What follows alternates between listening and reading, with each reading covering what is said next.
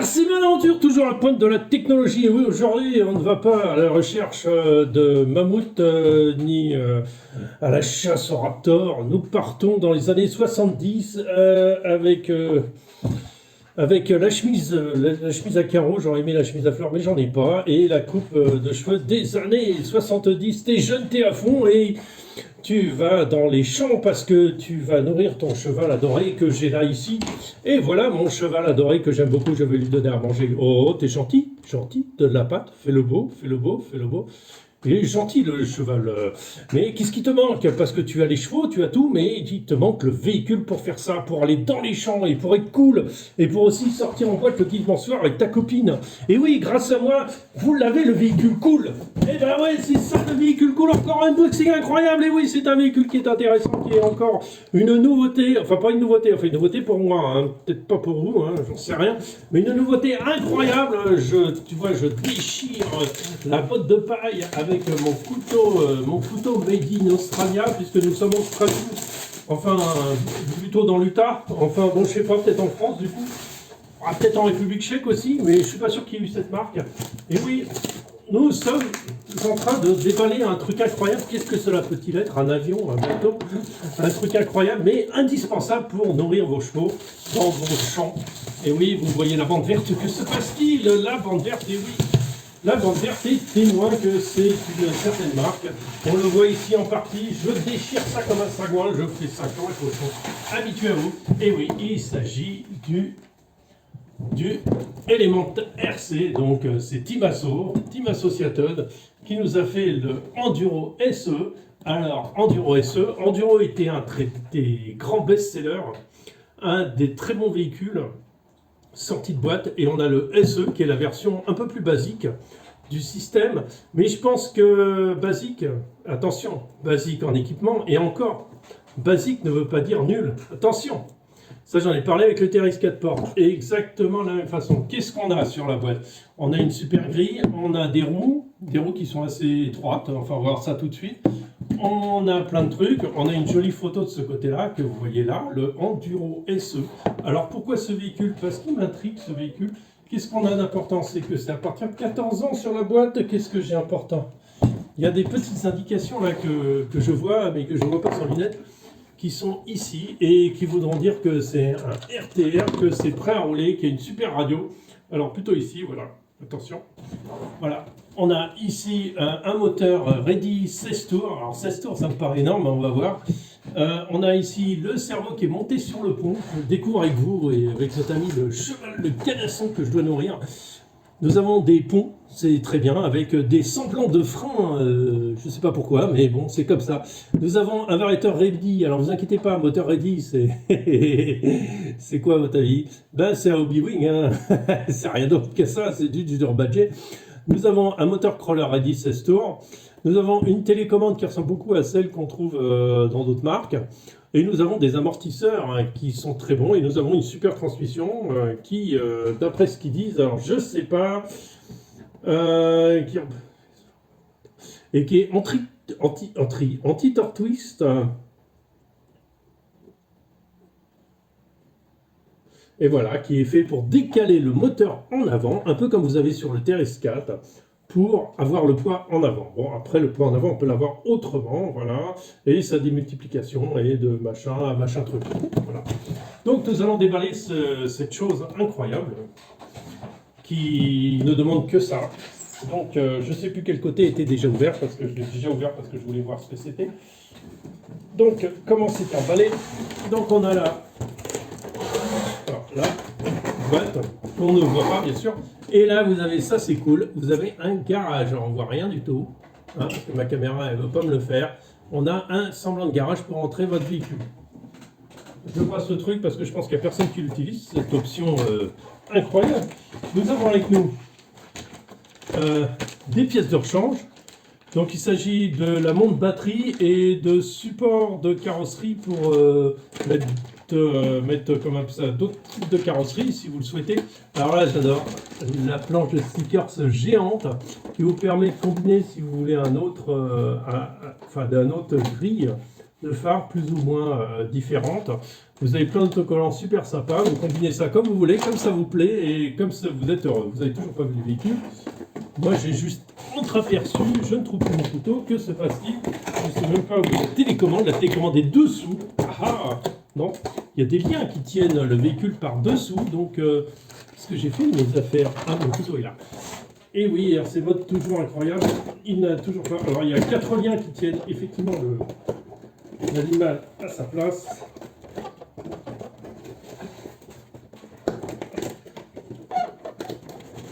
Oui, je suis un peu en train de saccager les liens de pont parce que j'arrive pas à les enlever proprement.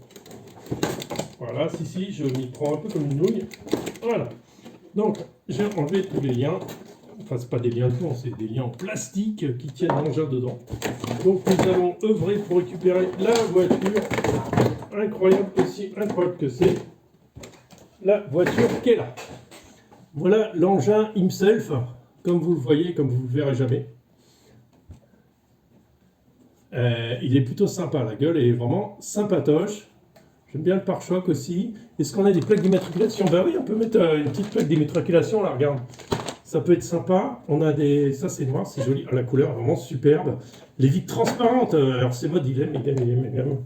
Des petits clips. Alors c'est passé un peu d'époque les clips. Mais les clips, ça reste quand même le système le plus simple, le plus pratique pour faire ça. On va faire un tour dessous. Le tour dessous est simple. Liens plastiques qui sont quand même assez rigides, à peu près pareil que Axial et qu'on l'a vu chez Axial et je ne sais plus quel véhicule encore. Qu'est-ce que nous avons encore? Nous avons des ponts, nous avons une direction qui tourne quand même plutôt beaucoup. Regardez, ça tourne beaucoup plus que je trouve que ce que tournaient d'autres véhicules. Nous avons des cardans ici homocinétiques. Alors, je ne sais pas si le terme est exact. Alors, ce qui est marrant, c'est que vous avez la biellette de direction qui vient là et l'autre est derrière. Regardez, elle est derrière. On la voit là. Voilà, regarde, derrière. Voilà. D'accord? Donc, on va aller voir un peu la télécommande aussi, parce qu'on a la télécommande. Je ne sais pas si la batterie est fournie. Moi, je n'en sais rien du tout. Je suis tellement motivé que je fais ça, mais vraiment comme un cheval. Voilà. Alors, nous avons la deuxième boîte qui est là. On pousse l'engin. Il est pas lourd. Hein. Il est pas lourd du tout. Alors, il a une particularité, cet engin, déjà d'être un des moins chers du marché. Il est vraiment pas cher. Donc, la télécommande toute simple. Est-ce qu'on peut la prendre à une main? C'est limite. Hein. C'est limite. C'est limite. On retrouve... ça me fait penser à des trucs du SX24 qu'on trouve pareil, le power, les switches pour régler vos trims et tout ce qu'il vous faut, les reverses de cerveau, tout ça. On a une troisième voie ici, donc c'est pas plus mal. Je ne sais pas si elle est vraiment fonctionnelle sur le récepteur, nous allons voir ça après. Et nous avons l'engin est là. Donc il est fourni sans batterie et sans chargeur. Bon, c'est pas un complet RTR, mais c'est un RTR comme maintenant on le conçoit, c'est-à-dire que souvent, même chez Traxas et tout ça, mon petit canasson, tu vas te pousser un peu. Et on le trouve comme ça, voilà. Bon, on est parti sur... Donc la télécommande, on a fait le tour. L'engin, on va voir un peu ce qui se passe dedans. Ah, on a une meilleure lumière. Déjà, l'engin, il est, je trouve la couleur magnifique. Les proportions sont belles. Il a des particularités, c'est ça qui est intéressant. Il a un empattement qui n'est pas de 313, plutôt il est un empattement de 325. 325, c'est quoi? Vous avez le Defender de chez Traxas qui a le même empattement. L'avantage que je trouve que moi aussi, 325, c'est vraiment le meilleur empattement pour le franchissement. Pour le franchissement, pourquoi? Parce que 325, ça vous permet de mettre le haut plus haut. C'est-à-dire mes roues avant un peu plus haut et ça fait vraiment une différence. Ce n'est que 1,2 cm et ça fait une différence. J'enlève les charmants petits clips, d'accord, qui sont là. Donc on a, pour l'exposer, on a des protections pour ne pas abîmer la carrosserie. Donc la carrosserie est toute simple, hein. Il n'y a pas de lumière, il n'y a pas de grille, c'est juste un autocollant que vous pouvez enlever et changer si vous voulez changer de style. Il n'y a pas de... Bon, on ne trouve pas les trucs, mais à ce prix-là, qu'est-ce que vous avez? À ce prix-là, vous n'avez même pas un Terrescat Sport, vous n'avez même pas un Basecamp. de chez Axial, vous avez un Apshima à la limite. Voilà, vous avez un Apshima comme ça. Donc, qu'est-ce qu'on a dessous? Alors déjà, bonne nouvelle, on va commencer par ici. Très bonne nouvelle, on a les garde-boue. Les garde-boue vont réellement vous permettre de protéger votre électronique sur tous les terrains. On a un moteur 16 tours. Alors je suis. Ah, par contre, c'est pas n'importe quoi. C'est un.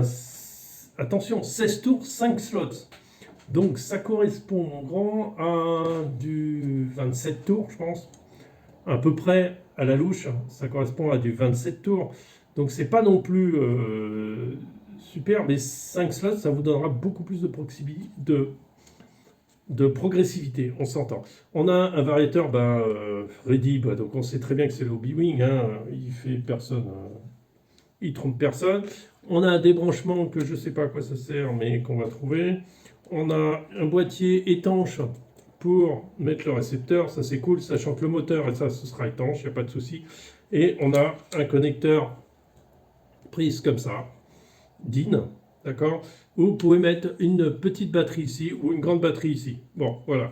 Vous pouvez changer aussi le setup, vous mettez ça là, vous mettez la batterie là, c'est encore plus simple, vous virez ça et ça peut être encore plus simple. Par contre, à l'arrière, nous avons une boîte qui, je ne sais pas du tout à quoi ça sert. Une boîte. Et une boîte ici, aucune idée, je ne sais pas. On dirait que c'est creux, je ne sais pas, c'est pour mettre quelque chose. Ce qu'on a ici aussi de sympa, c'est qu'on a encore 2 emplacements. Si vous voulez faire un classe 1, vous pouvez faire un classe 1 avec. Vous avez les supports d'amortisseurs qui ne sont pas inclus au châssis, donc qui sont séparés. Mais vous pouvez mettre un treuil. Vous pouvez mettre un sympathique treuil, surtout que devant, en plus, vous avez la sortie pour votre treuil. C'est-à-dire, vous mettez un servol en l'air. Moi, j'ai ça.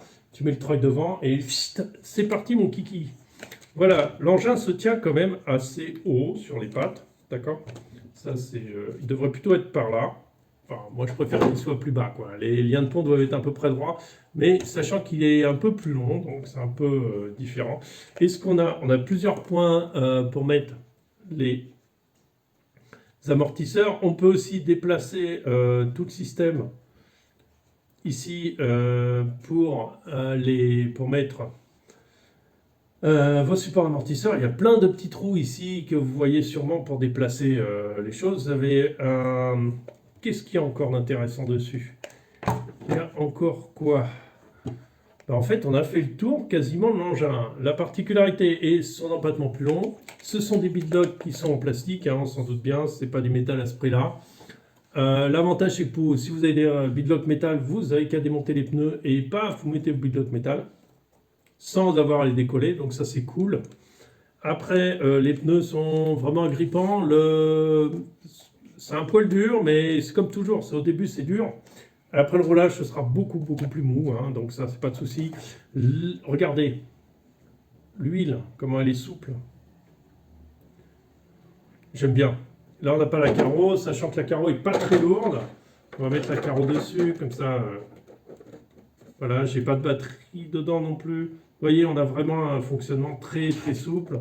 On a un croisement de pont qui est quand même plus que sympa, hein, puisqu'on est largement au-dessus de mon point à l'arrière. Et à l'avant, en droite, on va retrouver la même chose. D'accord? Plus haut que mon point, largement. On a les protections sur les côtés, voilà, les marchepieds, comme on m'a expliqué, qui vont bien protéger votre carrosserie. Ça, c'est super cool. C'est un scale, mais c'est pas un scale de tout le monde. C'est-à-dire que déjà, cette carrosserie de Chevrolet, vous ne la trouvez pas chez tout le monde. Vous ne la trouverez pas non plus. Beaucoup de constructeurs font des Jeeps ou des Defender ou des Bronco. Voilà. Ça, on a quelque chose de différent, avec une couleur différente. C'est ça qui est plutôt sympa et ce que j'aime. Après, ce qu'on aimera, c'est... bon, après, tu n'as rien pour mettre tes éclairages. À ce prix-là, c'est normal. Il ne faut pas arriver à un prix aussi bas. On ne peut pas tout avoir. Toi, de changer la carreau ou de faire des trous et de percer et de mettre tes trucs dedans si tu as envie. Après, il y a une particularité, mais là, il va falloir que je fasse un tutoriel à part. Je vais vous expliquer parce que c'est un peu particulier. Alors, je remonte un peu. C'est un peu particulier et c'est complètement des idées reçues. Là, on va parler d'idées reçues et de blocage intellectuel vis-à-vis de ce problème-là. Voilà, c'est vraiment un blocage. J'enlève mes lunettes, je vais vous expliquer tout simplement. Il s'agit que ce véhicule a des bagues en bronze. Il a des bagues en bronze dans la transmission, vous en avez sur les ponts, mais pas partout, attention. Vous en avez aux accès ici, pas sur le diff, ce sont des roulements. Vous avez là des bagues en bronze, et tout de suite ça hurle. Tout de suite je sens que ça va hurler. Alors on va mettre tout de suite les choses au point, d'accord? Tout de suite de base. J'explique. Un roulement, ok, ça a moins de frottement, on est d'accord. Ça a des gros inconvénients les roulements. Les roulements, pourquoi? Parce que la poussière rentre. Alors vous allez me dire, ouais, mais il est étanche. Non, il n'est pas étanche. Il est étanche quand il tourne, d'accord, et quand il est relativement neuf. Quand il commence à être vieux, il est déjà plus étanche du tout. Donc la poussière rentre, l'eau rentre, enfin, et puis tout le barzin qui va avec. En plus, pour que vos roulements durent, il faudrait que vous démontiez à chaque fois votre véhicule, que vous mettiez à tremper dans une solution dégraissante, et vous changez la graisse pratiquement à chaque fois, ou toutes les 2-3 fois. Histoire que vos roulements ils durent encore. Voilà. Mais ce n'est pas le cas. Souvent, il n'y a personne qui fait ça parce que personne ne veut se faire chier à le faire. Voilà, c'est tout simplement. On veut rouler, on veut faire le sous-marin, mais ça ne marche pas. C'est pas du tout comme ça que ça marche.